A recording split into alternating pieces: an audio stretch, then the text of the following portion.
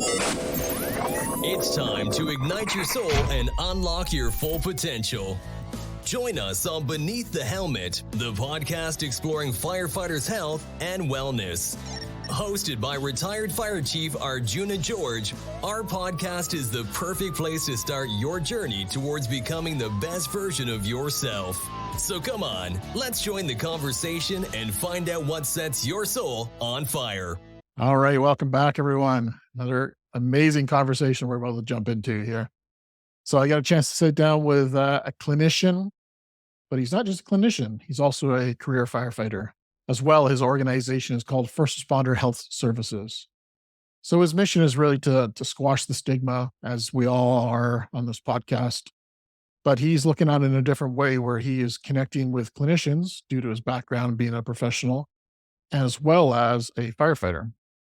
So he's developed a program with several other leaders in this service to make sure that clinicians across British Columbia and other provinces understand the complexities of being a firefighter or first responder, the culture, the language, the mindset, and just the unique aspects compared to other potential clients or patients that counselors or therapists may be seeing.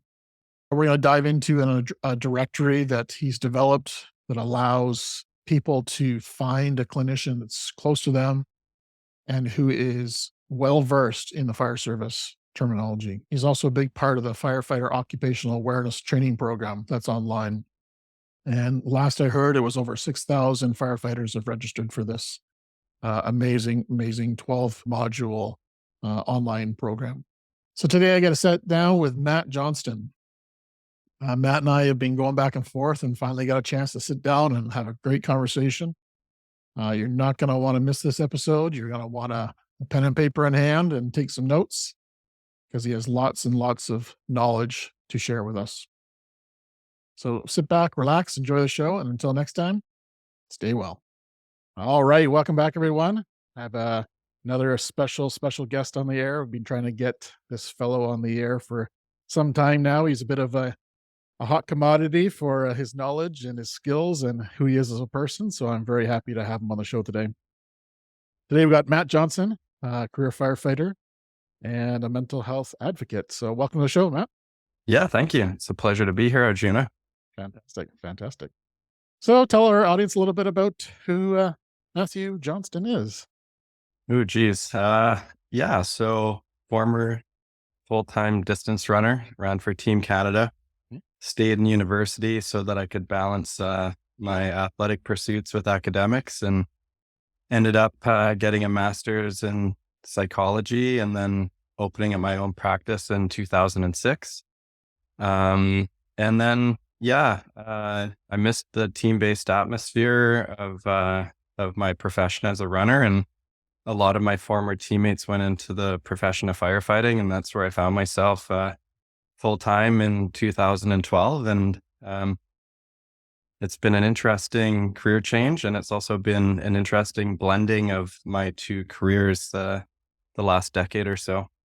Did you actually manage to do both careers at the same time, or did you leave your practice to go to firefighting? Yeah, my practice was pretty busy. I worked a lot with children and adolescents. I'm primarily around, abuse, neglect, depression, anxiety. So I had quite an extensive inner city outreach program that involved animal assisted therapy. And a lot of the work I did was funded by charitables such as the CKNW Kids Fund, which used to be called the CKNW Orphans Fund.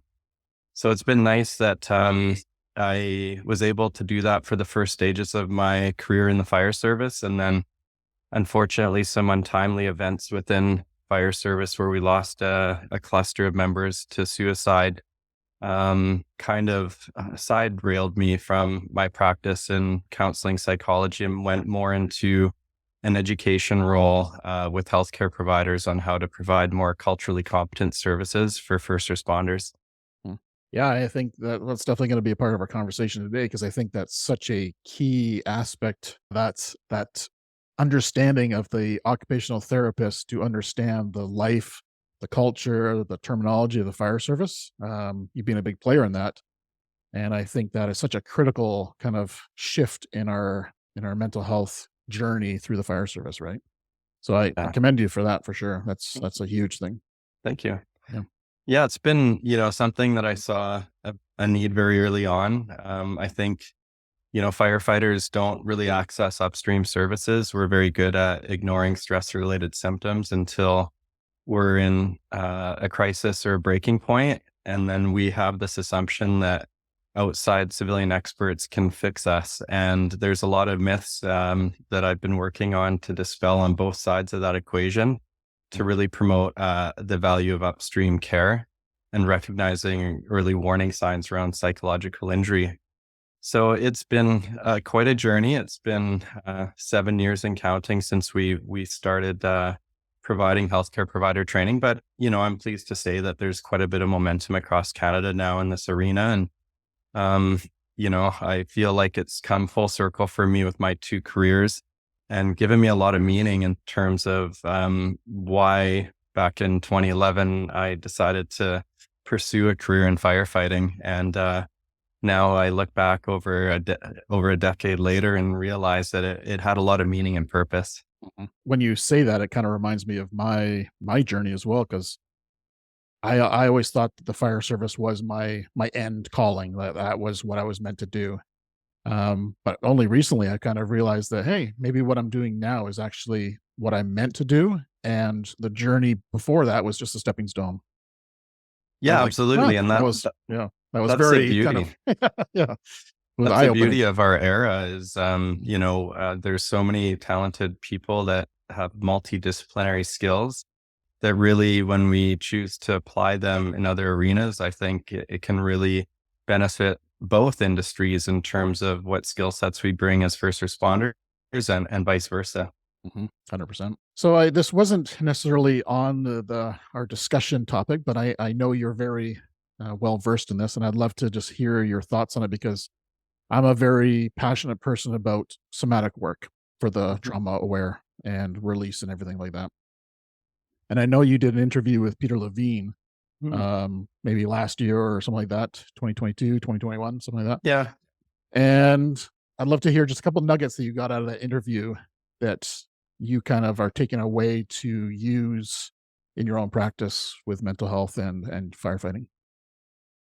Yeah. Well, it was an honor to meet Peter Levine and, not in person, but online and Mhm. work with his staff to, talk about the impact that particularly distressing events have on the nervous system. And obviously, his work spans 5, probably close to 6 decades now. True pioneer, and obviously a multiple New York Times bestselling author. Yeah, Peter, in my reflection on that time with him, brought a lot of wisdom to the conversation.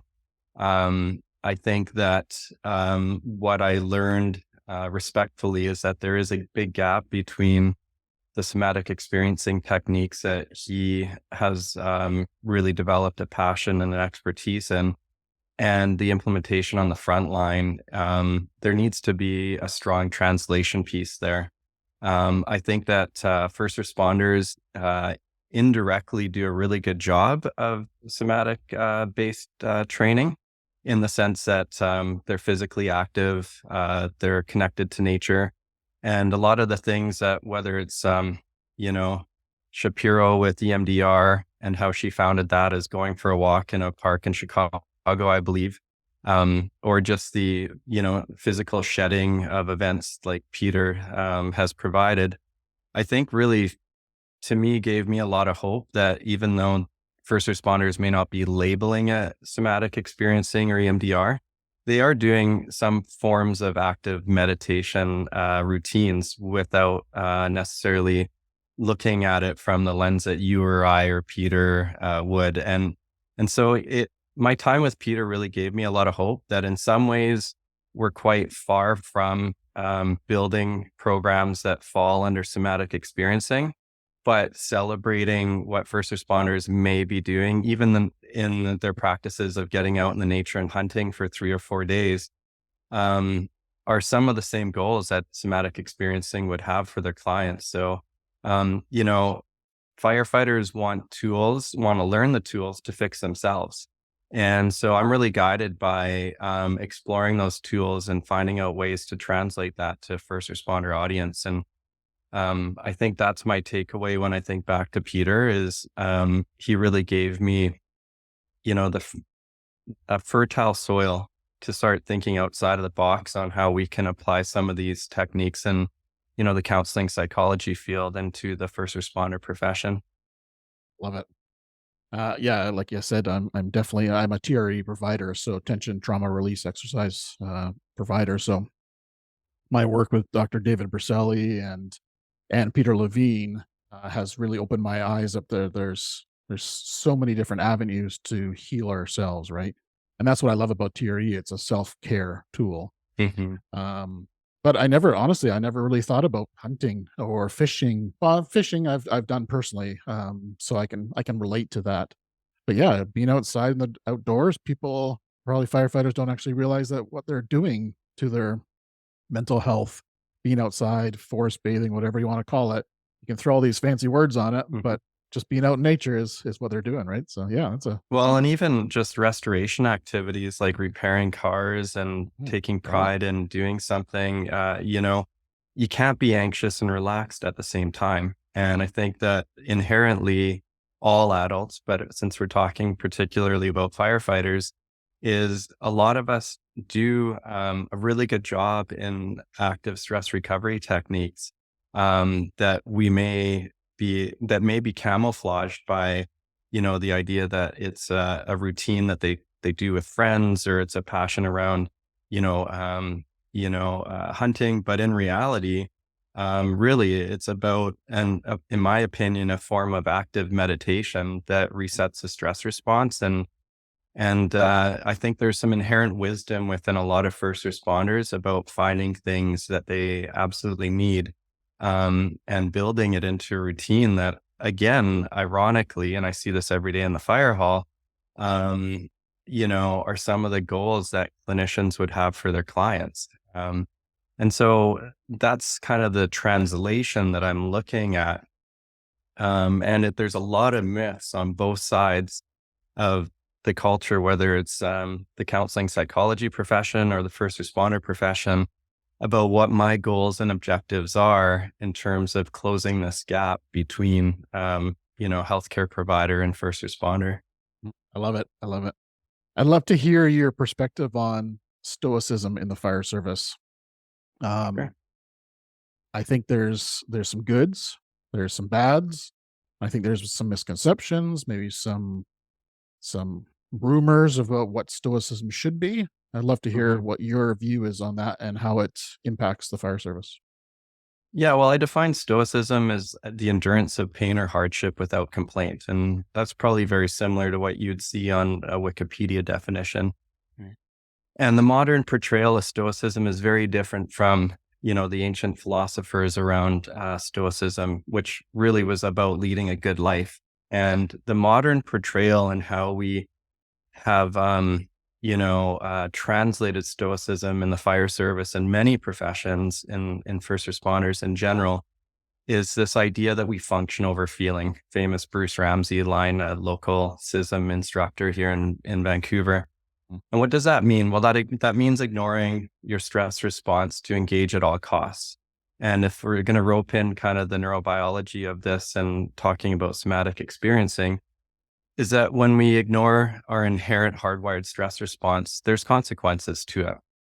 And so what stoicism does in the modern portrayal is it's really good at dampening the least desirable emotions around pain, weakness, sadness, which is really what we flight from as first responders. But as we know, it also dampens down the feelings of connection and joy and a sense of belonging, which are all hardwired human qualities.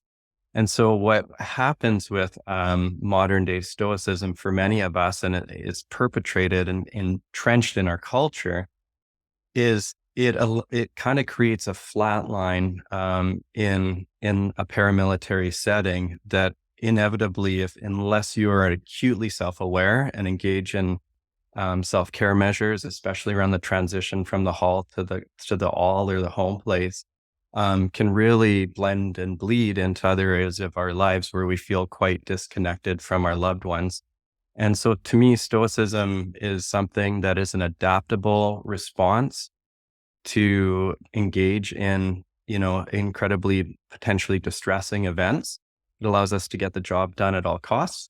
But it also means that we're overriding 280 million years of our evolutionary hardwired past to get through an unpredictable but regular high level of exposure to particularly distressing events, which means inevitably, if we're going to spend more than a decade in this career, it is going to affect our nervous system at a very deep level.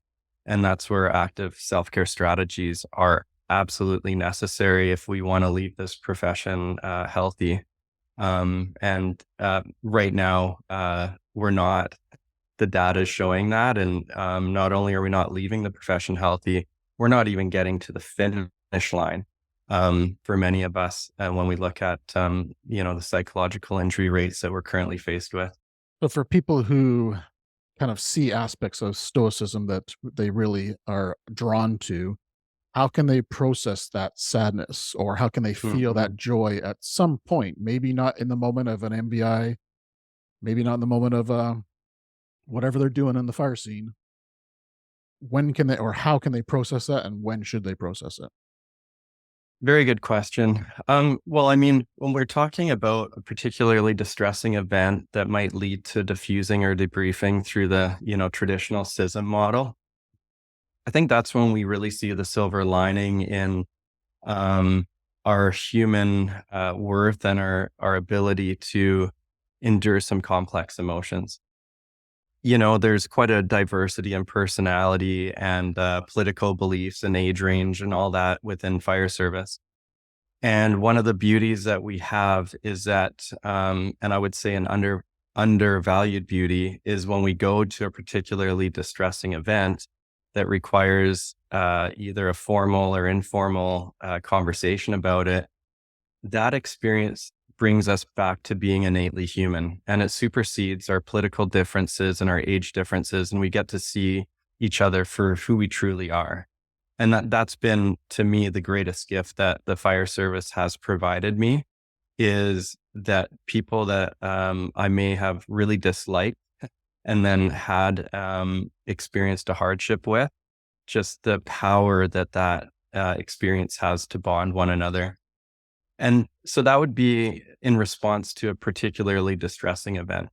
But when it comes to like the daily grind of life and work and how we balance that, really what I've come to the conclusion of is that transition back from the hall into your home life, where there has to be some greater self-awareness, reflection, and intention behind how we re-enter our personal lives when we leave work. And the reason why I feel this way is because I was a trauma clinician through the Worker Compensation Board of BC. I worked with one client, and what I recognized is a lot of similarities between how he coped with life and how I was coping with life. And the way that he would describe some of his interactions as a civilian outside a uniform was inherently built around some cynicism and naivety around how people see the world. They don't get me because I'm a firefighter, and they don't realize what just happened in that intersection that I drove through 10 hours later after I went to that MPA. And so when I started seeing the lived experience of, I think a highly treatable, and it proved to be a highly treatable challenge, I started to realize that especially in smaller communities where you live close or within your city that you provide service, there has to be some rituals around recognizing what your body is doing and what your mind's saying to you as you drive home and enter your home life. So what I've realized is that if you can leave work recognizing what your hands are doing on your steering wheel, recognizing what kind of emotions you have as you're tied up in rush hour on the way, recognizing what parks you pass by, or what recreational facilities you pass by, particularly after a night shift, where, the aquatic center is, freshly cleaned and very quiet at 7:30 in the morning. And that opportunity to jump into a hot tub or a sauna and decompress from a long night shift is something that I personally gotten into the routine of, and it's fundamentally changed how I transition back into my personal life after a long shift. So I've really used myself as kind of a human introspective guinea pig when it's come to distressing calls, routines, and figuring out what works and what doesn't, particularly because I would say I'm a highly stoic individual. My running was all about enduring pain and hardship. And while it wasn't, a physical contact sport, I'd often have to pull toenails off of my toes after races indoors. And sometimes I could see blood through my spikes because I'd run right through my blisters. And so, those are the qualities that we celebrate as firefighters, are those individuals in society that function over feeling, but it also leaves them really susceptible to ignoring self-care strategies. And that's really not celebrated in the current lexicon of fire culture. Right now, what we still see is that, reaching out for help is a sign of weakness, or, if I'm, a mental health professional, which I am, it's often associated with a sense of softness or, inability to tolerate stress, which is very far from the truth in terms of what mission I'm on. Fascinating. Yeah, you had so many nuggets in there. I think the transition back to home is such a critical one. I had one that I didn't even know it was a transition, but my wife kind of started it for me, and then looking back on it when I wrote my book, I was like, oh, that actually was a transition that we were doing, and it worked very well in my early years. So yeah, I think that's such a critical component. Yeah. And thank goodness, you had a wife waiting for you at home. I think one of the challenges we face, especially when it comes to risks around suicide, is a poor or a thwarted sense of belonging. And also, not having a lot of support in our personal lives. And when we feel like we're a burden to others, our self-care tends to decrease, and our self-awareness as well. And if we don't have someone in our home life helping us monitor these symptoms, because home place is ground zero for this, we can go down a slippery slope pretty quick. So we keep talking about smashing the stigma, getting rid of the stigma. What's Matt's thoughts on how this is actually going to end the stigma? Is there an end? While our data is showing that it's not, I work with a lot of groups within our province, and BC is home to what I would consider the most progressive mental health rollout provincially of any province in Canada. But the data that we've done earlier this year on self-stigma is that, 90% of firefighters, and that includes administrators and fire support staff, would rather deal with their setbacks without the assistance of a healthcare provider. Wow. And 80%. 80%, yeah. Wow. 89%, yeah. Wow. And that's a sample of 1,099 fire service personnel in BC. So that represents almost 10% of all fire service members, which is a huge sample. You look at some of these national landmark studies on firefighter mental health, they have 700 participants in their study. So the fact that we had over 1,000 for BC, it leads us to be very confident in understanding what the current landscape is. We also see a direct correlation with years of service and skepticism towards healthcare providers. And so, if we want to look at it from a senior fire or administrative level, the most stoic individuals on our job are the ones that are leading our organizations. They're the ones that are saying in our data that they are the most skeptical of outsiders and will not seek care even if they experience a setback in life. And, we see that in the psychological injury rates the last 7 years in BC, where there's been a 2,000% increase since 2015, to the point where it's going to cost BC municipalities $40 million just on psychological injury through WorkSafe BC. And that's not including the cost to the employer, which is like backfilling, time loss, that kind of stuff, which I'm sure you're familiar with given your time as a fire chief. And so really what we're starting to look at in terms of our injury prevention work is that cost is actually close to 3-to-1 ratio. So if the average firefighter psychological injury costs 240,000, which is what the data is saying, they're saying it could actually be up to 3 times that when it includes costs to the employer and lost productivity to society. I mean, we get into some complex variables, but it's actually a lot more than just what worker compensation boards are reporting. Wow. Yeah. Have you seen any trends in the new generation coming in, the brand new recruits that are coming in? I think what we'll see is we'll see a different type of psychological injury emerge from the new generation. I find myself mid-40s, so I'm recognizing that I'm having more in common with captains than I do with new people, and that's inevitable. You end up feeling old fairly quickly in this profession. I'm sure you can attest to that, and so what I think we see is a much more cerebral type of candidate now, someone that is, quite emotionally intelligent, someone that I think may not embrace paramilitary culture the way that my generation has. And so I think we're going to see a transition more and more out of like a paramilitary mindset. And I think, if we look at emerging trends around that age group, and I'm talking like, 30 and under, that, depression and anxiety and loneliness are the things that are driving that generation that's coming up. And also what we've seen is a deterioration of the brother and sisterhood of fire culture in terms of it being a calling and a major part of one's identity. With the advent of 24-hour shifts, people are moving farther out. We're not as connected as we used to be as a fire culture.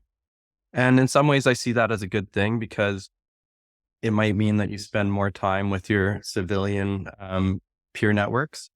In other ways, I think, it can be quite isolating too with our shift patterns because when our civilian friends are off, we might be working. So it could be a double whammy, right? Where we're not aligning with our fire culture peers as much as we do. Our interactions are on WhatsApp rather than on the phone or in person. And so people are feeling inherently more isolated than previous generations. And I think when you stack that on to potentially distressing calls and sleep debt, that could really lead to some other type of risk factors that are going to be burgeoning and unique to that generation that, is going to be different than the type of injuries that we see psychologically with, our age group, 40 plus. When you hang your helmet for the last time, do you see yourself going back into this field of mental health and keeping that momentum going, or any thoughts there about Yeah, that's a your good future? question. Well, I've maintained active membership status with my counseling association the whole way through. And I'm very proud of that, membership because it took me 10 years of university to get it. And so even though I'm not practicing, I still keep it. And I really think, and I've talked to my colleague, Duncan Shields, extensively about this, that, as we get older, the stories have a different type of impact on us. And I would suspect that I'll continue to do the education part of healthcare providers, but I would probably, if I was to say it now as a 45-year-old man, I would probably see myself, if I'm going to go back in the counseling profession, to do something completely unique and different. I might go back to, animal assisted therapy and working with children and youth. But I could see myself doing that mainly in a philanthropic capacity rather than trying to create a business out of it again. Right. Beautiful. Beautiful. Yeah. Sometimes a fresh start is, well, not a fresh start, but a new perspective on life, right? Yeah. 20, 25, 30 years in the fire service, it's healthy to have another encore career, uh, doing something that brings you joy, right? So, Yeah. And I mean, I look back on the last 25 years. I mean, I was a full-time student until I was 26, some overlap with running on the national team through that. And then, a full-time mental health professional. So in some ways, I'm on my fourth career in the fire service, which is, when you talk about trying something new, I feel like that is what's allowed me to maybe take a bit of an introspective 35,000-foot view of what's happening. That's really what my brain thrives on is kind of problem solving. A lot of firefighters' brains thrive on problem solving, physical issues like alarm panel resets and, sprinkler flows. I wish I was better at being able to do that. I hope I can continue to acquire those skills. yeah, But I look at more of the interpersonal, social, emotional side of the profession. And, when I look at my experience with dealing with suicide and the research done in this area as well, and the need for, upstream early prevention care, I think that that has a different type of value to the fire service as well. And, I think that that's where everyone in the fire service brings something unique and something helpful to the profession. 100%. Yeah, the diversity of the fire service is what makes it so great, right? Absolutely. It's Yeah. been a wonderful learning experience for me, and different, not only the training, but also the skill sets and personalities. It's been really cool. And one of the best test kitchens you could possibly imagine, right? Yeah. Oh yeah, that's for sure. My culinary skills, I would say they peaked at about 5 years into the job and has been on a steady decline since. But people in my personal life are so impressed with my cooking, and I'm like, ooh, I don't know about that. But it's because the bar is set high by these young guys coming up Exactly. that do all sorts of fancy things in the kitchen. Exactly. Yep. So, what can today's leadership, and this is not a knock on today's leadership, but what can today's leadership maybe do a little bit better? Where could we see some improvement there?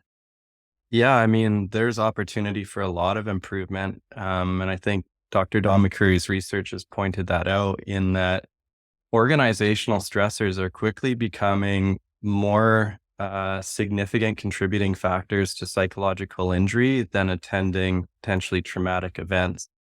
And in my working, I do a lot of teaching with firefighters, and I'll often ask them, if I gave you two options, what would you take? You can either go to a call of a traumatic nature that keeps you up for a couple of days, or you could make a mistake at work where you're judged and ridiculed and maybe even investigated by the employer for conduct. Which one would you take? And of course, the firefighters will unanimously say they'd rather go to a traumatic experience than making a mistake at work. So we know how hard we are on ourselves, and there's nothing that management or any employer could do to make us feel worse about the mistakes we make. And so I really think that there's a need for more compassion-based leadership. I know there's a movement with the term trauma-informed leadership. As you've noticed, I haven't really said the word trauma in our interview over 35 minutes here now. And that's because I think that's where the stigma lies when we're talking about smashing stigma.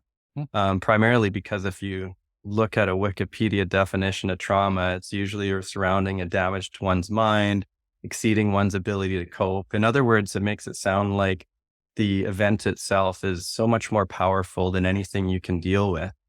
And so when I look at leadership styles, I think that the soft skills are important.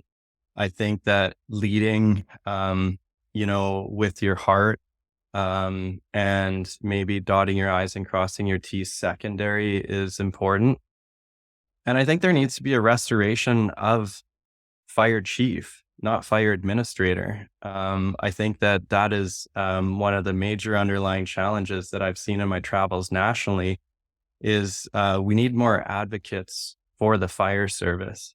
And it goes both ways. Like, we need labor leaders that are more understanding of their privilege of being in the center and knowing that not everyone you represent feels that they're in the center. And what can you do to build greater empathy and understanding with those individuals? So I'm not just speaking about, fire administrators. I'm speaking about union labor leaders and fire administrators, all leaders in the fire service, including fire officers. And really what we see in leadership training, particularly out of, Lionel Crothers there in Winnipeg, the innovative leadership training really focuses on training new recruits to be leaders. So this supersedes rank and seniority as well. So there's, in my opinion, a lot of work to be done because it really impacts every rank. And really what my work is centered on is training those HR, individuals in the unique nuances of fire culture and how you can't implement a lot of the same types of policies that you can do with other departments within your municipality, because it's a very different culture, as you know. Mhm. And so when we try and superimpose a civilian style of protocols on a very prideful, like we talked about, stoic paramilitary audience, there becomes significant gaps in how policy is interpreted and hits the road.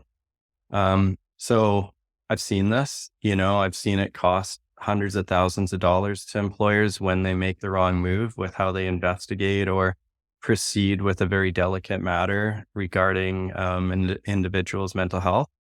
And I've also seen labor leaders that have had a hard time keeping things confidential, that have absolutely had adverse impacts on people's reputation on the job. So it's, in my opinion, there's a call to action there, a challenge that luckily the BC PFFA is really wanting to explore in terms of leadership training in this area. And I think if we do that, I think that that will be permission giving to the vulnerable members to come forward. And by vulnerable, these are going to be members that we would never guess are struggling with mental health issues, and encouraging early access to care. Uh, It's an absolutely no brainer from a moral standpoint, a human impact standpoint, and unfortunately, what the biggest priority is, obviously, is the financial side of it. I think that is really the missing piece that will reduce psychological injuries in decades to come. From your experience, is there anyone in the world who is doing a really top-notch job besides BC that we could look at? Um, Very fragmented.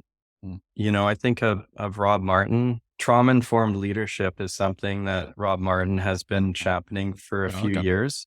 And, I don't think it's all that complex. I think that what really hangs employers up, and I totally get it, is there's protocols in place for a reason.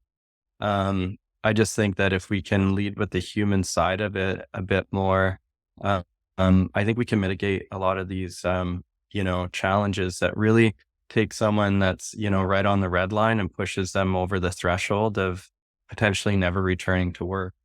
Um, and, the taxpayer loses ultimately when it comes to the money side of it. And there's a human toll that's, a stripping of someone's identity that they've had a lot of pride in. So, to me, like, compassion-based leadership is essentially about ruling out any medical related issues that might be contributing to that individual's conduct. And if we look at, where many of us come from, we come from contact sports in our background. And so what is the impact of sleep debt and, 5,000 calls, or, by the time you're 25 years on, 15,000 calls? How does that impact you when, you might have a history of concussions and, early signs of CTE? It leaves us very vulnerable to psychological injuries that are grossly misunderstood by the civilian healthcare community. So I understand that this is a unique challenge, but it's something that is, in my travels around Canada talking to firefighters, I just realized how normal the struggles are. No matter what city, you tend to pluck a random group of 3 firefighters out and put them, like I do, on a panel wherever I teach and share their story. And the themes are very similar. What I find fascinating as a 5'9" distance runner is that, the archetypal firefighter that's 6'4" and, dad and brother and uncle were fire service members. Some of them have stated just the impact that service has had on their mental health. And it really continues to blow me away because, this is a profession I got into in my early 30s without any connection to the fire service other than friends. And so when I hear of people that I really, think would have no problem in fire culture and their true experience, I realize how normal the struggle is for many of us on the front line. And that's maybe what the secret is to squashing the stigma, is making it normal and making everyone just know that that's just part of life, part of the job, right? It's normal. We're all in the same boat. Well, and that's what we're doing here in BC. Like I'm proud to say we launched the Firefighter Occupational Awareness Training Course Series. And it starts with collaboration at the top, as you know, and the BC Municipal Safety Association brought together the Fire Chiefs Association, the BC PFFA, the training officers, the volunteer association as well. And basically we're like, okay, we're going to create a standardized psychological tools program for firefighters. And what our data was showing is that all firefighters more or less wanted more psychological tool training. And so we did a 12 module series, put it on education platform. And, 6 months into it, we have over 6,000 enrollments in the program, which, Incredible. the BC PFFA, I just read a little letter there that not a little letter, a significant letter, saying that this program is, the most popular program in the history of being able to launch a mental health training program. Wow. So this goes beyond our time today, but one of the challenges and missions I'm on is we live in a province and a country where mental health is unregulated. And so it's the wild, wild west in terms of who is recognized as a mental health professional and who's competent in providing care to first responders. And so, my belief was if the province isn't going to do a better job of regulating and standardizing language around psychological stress injuries, let's do it ourselves. And that's really what occupational awareness training is all about, is built, for firefighters by firefighters. And now what we see is many other first responder groups in and beyond BC are wanting to do a similar style of training for their professions as well, which I have tremendous hope in leading to a better, chapter in the fire service when I leave it. Fantastic. Yeah, Mhm. when I saw that 6,000 enrollments in 3 months, I was like, wow, that's unheard of. So that's very impressive. Yeah. Congratulations. Yeah. Yeah. Thank you. And, the BC, it's just nice because I participate in these committee meetings with labor leaders and also, administrative leaders. And I think we're done with the era of an us versus them mentality. Like Good. we're in this together. Thank Like, God. yeah, if we want to talk about stigma, fire administrators have the largest stigma in our data sample Mm. of not reaching out for care. So the ultimate irony is we talk about attending distressing events as potentially leading to a sense of stoicism. But what we're also seeing is fire administrators who are the most resistant to care. And let's face it, might have the largest backpack in the city because of their combination of frontline experience and now the safety of an entire department under their hands and balancing tough cuts with budgetary issues and stuff like that. That's a colossal challenge on our mental health and well-being. So I have sympathy and compassion for both sides. There's absolutely no question about it. Beautiful. So another big part of your website, occupational awareness training for professionals, there's also a directory in there that I think is Mhm. very important to maybe share with everyone today. That directory was formed how? Yeah, that's a good question. So in 2017, we started kind of a road trip, traveling around BC initially, and then Alberta and Saskatchewan, most recently New Brunswick. And what we would do is we'd host 2 days of training in an active fire hall setting. And of course, this was really appealing to mental health professionals who, to their credit, have never been given exposure to a paramilitary environment. And so I developed a lot of empathy for them as well, because I kept hearing horror stories from my colleagues about when they reached out for care, what their level of care they received actually was. And so originally, admittedly, I had a, you know, be in my bonnet or whatever you want to say about like setting the record straight with healthcare providers. And I didn't have to do that because they flocked to the training. And I realized there were really salt of the earth people that simply just didn't have exposure on how to provide care to this audience. So what ended up happening is I'd go to Cranbrook or I'd go to Kelowna or Nanaimo or Oak Bay, do the training, and we'd be left with this great group of clinicians. And then my phone would start blowing up about, hey, do you know a clinician in so and so? So that's when I approached my friend in the tech industry and asked him if he would like to build a directory. And so that was the start of, I had a vision, just like, when you go on Airbnb or VRBO and it's like that pin drop map. I wanted the same thing for healthcare providers.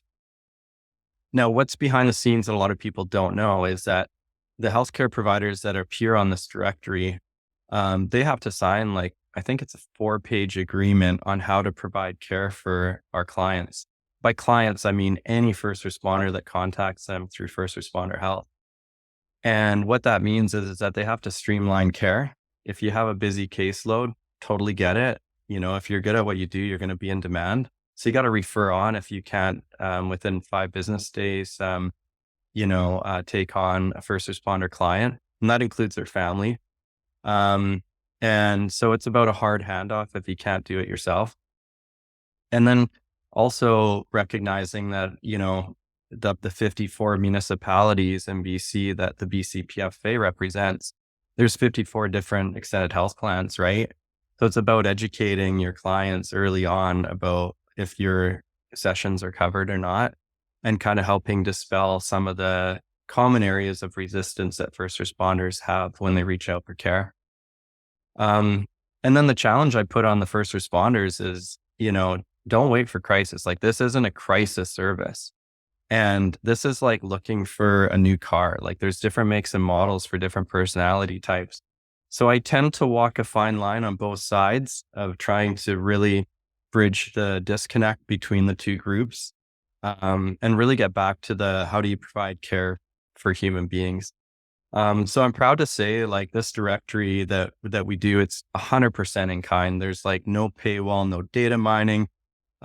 There's no login. It's completely anonymous. All we find out at the end of the year is how many times, the directory has been accessed.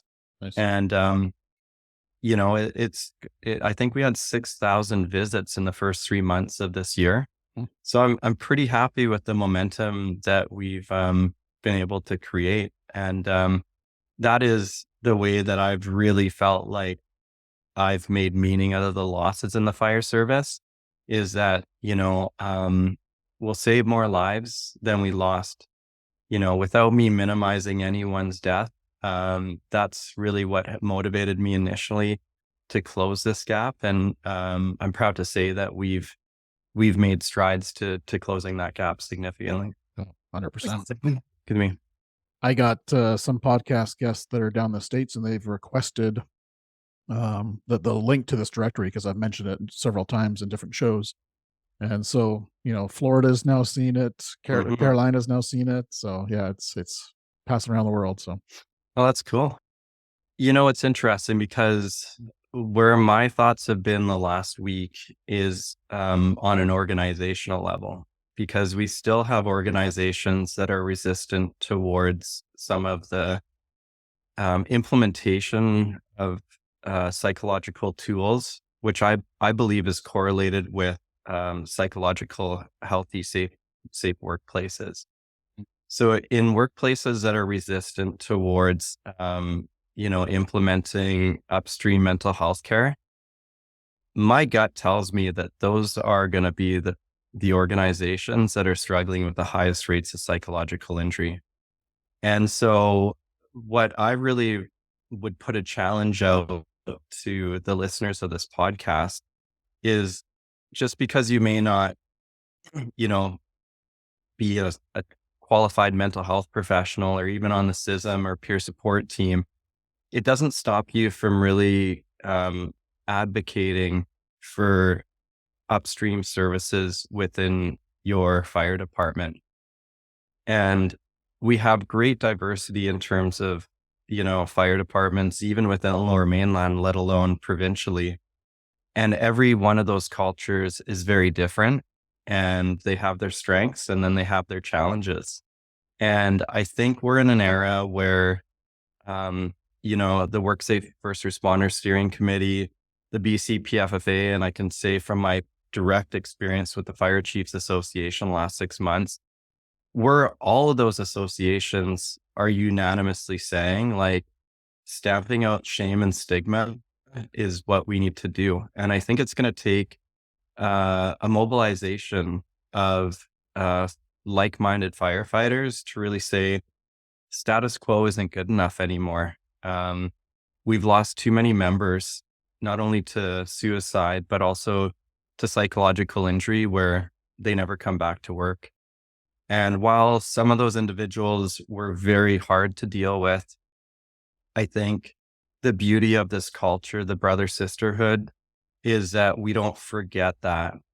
We don't forget the human toll. Like, nothing on this job is more important than someone's health and well-being. And so I would challenge your viewers to really think about what they can do differently. And if they feel a little bit sheepish to, go to their union meetings or get involved on a formal level with CISM or peer support, what can they do on their crew level just to be kinder, better human beings to their colleagues? Because I think that will be like a stone cast in a water that will create a ripple effect within culture. And, I don't sit on a pedestal here saying that I know better. But what I've really worked on, this year on my crew is being more positive. That's something I've really struggled with because I'm a critical thinker. I'm looking at things from sometimes a mental health professional lens. And of course I can go down a rabbit hole like that, but, embracing an abundance mentality that everyone can win, I think is the natural evolution of not thinking this is an us versus them issue. That's just way too overly simplified. And I think, right from the number one to the new recruit, like, we all have a backpack. Right. And there's a good chance that the backpacks are quite a bit bigger just on age alone, age related issues in the fire service. And so, compassion led interactions in the fire service is going to go incredibly long way, and it should never be equated with a sense of weakness. The best people I've ever worked with are the people that I've learned to become a better listener because I've tried to emulate them. And, it's an act of courage to really peel back the layer and going, well, no, how are you doing? Like, I know you're going to say good. Like, seriously, what's going on in your life, man? Like, we got 23 hours to go together here, and 11 months. Like, let's be honest with each other so that, we can take that home place as ground zero for mental health issues and bring it into the fire hall, and let's collectively share that, because that 2 in 2 out rule that we have for entering into fires, also applied to the things we witness on scene. And so why not apply it to the sharing of experiences within our fire culture? And especially if you're resistant towards talking to a therapist, that can be some of the best therapy that you can have, is just sharing your story and having an active listener within your fire service, because you're going to be spending more contact hours with them than you will any mental health professional. And, fortunately or unfortunately, any person in your personal life as well. So our colleagues are the ones that are going to buffer. It's the bonds that we have with each other that are going to buffer life stressors, traumatic experiences, organizational stressors. And that's the challenge I put to all layers of union and management, is like, let's just, share our experiences with each other to show the human side of this. And we're blessed with a great profession. Like, let's get the most out of it so that when we leave it, it's better than where we found it. But also it's something where we're looking forward to enjoying retirement without despair. Yes.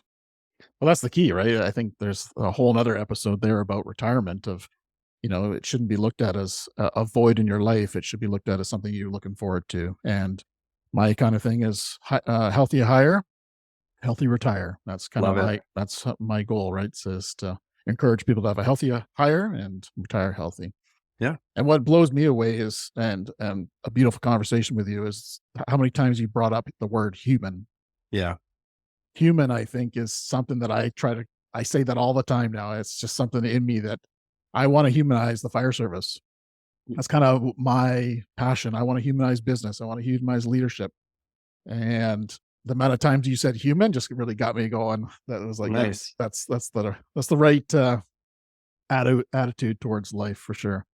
Because we are all humans. We're not firefighters first. We're humans first. So Yeah, no, absolutely. Yeah, I look forward to, the next 10 to 15 years of my career.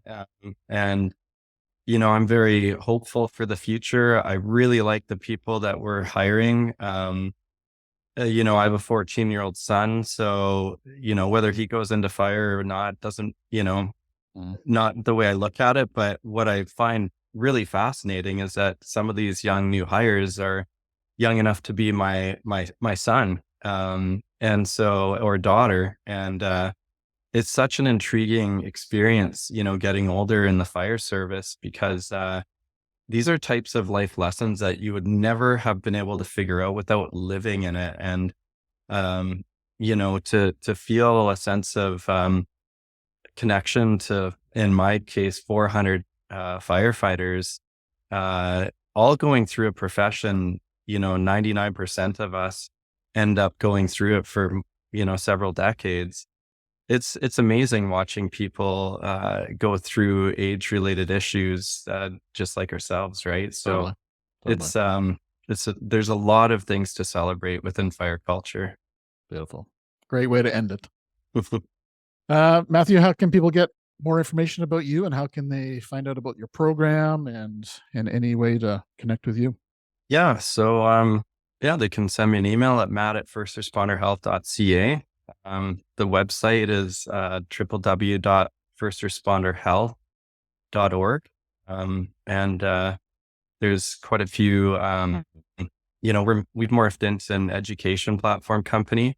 So we provide training for frontline first responder groups, and we also provide training for healthcare providers. So again, it's a two-tiered approach towards, closing the gap between first responders and healthcare providers.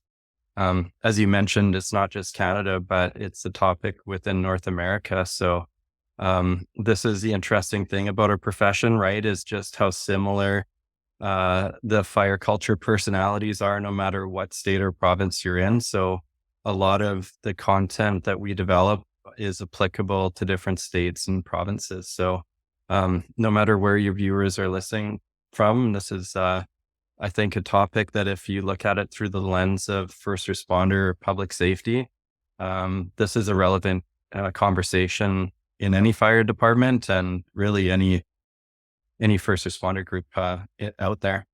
Fantastic. Well, Matt, I could probably have a conversation for another 2-3 hours with you, for sure. So I'd love to have you back on the show for 100%.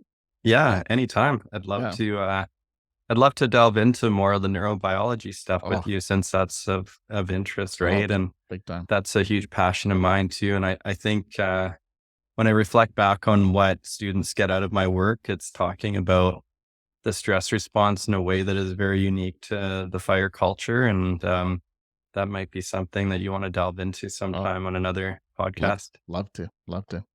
Okay. Well, Matthew, thank you very much. It's been an honor to chat with you, and I really feel privileged to sit down and have an hour of your time. So really appreciate it.